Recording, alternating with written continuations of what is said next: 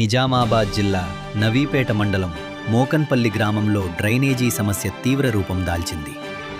గత 6 నుంచి 7 సంవత్సరాలుగా సుమారు 20 ఇళ్ల మురుగునీరు వెళ్లే డ్రైనేజీ పూర్తిగా ధ్వంసమయ్యుంది. దాదాపు 250 మీటర్ల పొడవు ఉన్న ఈ డ్రైనేజీ పనిచేయకపోవడంతో మురుగునీరు రోడ్డుపైనే నిలిచిపోతోంది. వర్షాకాలంలో పరిస్థితి మరింత దారుణంగా మారుతోంది. రోడ్డుపై నిలిచిన మురుగునీటి కారణంగా పాఠశాలలకు వెళ్లే విద్యార్థులు, వాహనదారులు, మంచినీరు తెచ్చుకునే మహిళలు, పొలం పనులకు వెళ్లే రైతులు తీవ్ర ఇబ్బందులు ఎదుర్కొంటున్నారు. రోజూ ఈ మార్గంలో ప్రయాణించే ప్రజలు అడుగడుగునా ఇబ్బందులు పడుతున్నారు.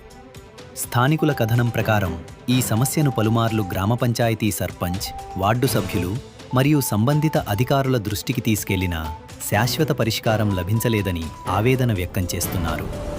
పంచాయతీ కార్యదర్శికి సమాచారం అందించినప్పుడు అప్పుడప్పుడు నిల్వ ఉన్న నీటిని తొలగించడం తప్ప సమస్యకు మూల పరిష్కారం చేపట్టడం లేదని చెబుతున్నారు. మురుగునీరు ఎక్కువ కాలం నిల్వ ఉండటంతో దోమలు విపరీతంగా పెరిగి చుట్టుపక్కల నివసించే చిన్నపిల్లలు, వృద్ధులు మరియు ప్రజలు వివిధ వ్యాధుల బారిన పడే ప్రమాదం ఉందని కాలనీవాసులు ఆందోళన వ్యక్తం చేస్తున్నారు. గిటార్ కట్టియాలా?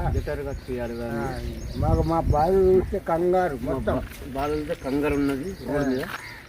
పాత గేటర్ ఉంది, పాత గేటర్ ఆ పక్క ఈ పక్క ఉండి చెప్పుకుంటా వచ్చినారు అన్నీ. ఇది మాకు గేటర్ కావాలి కొత్తది. ఈ రోడ్డు కూడా మంచిగా చేసుకోవాలి. అంత బంధు ఉంది. మాకు బండ్లు తిరుగుతలేవు. ముసలు అయితే ముసలు జారుతుంది.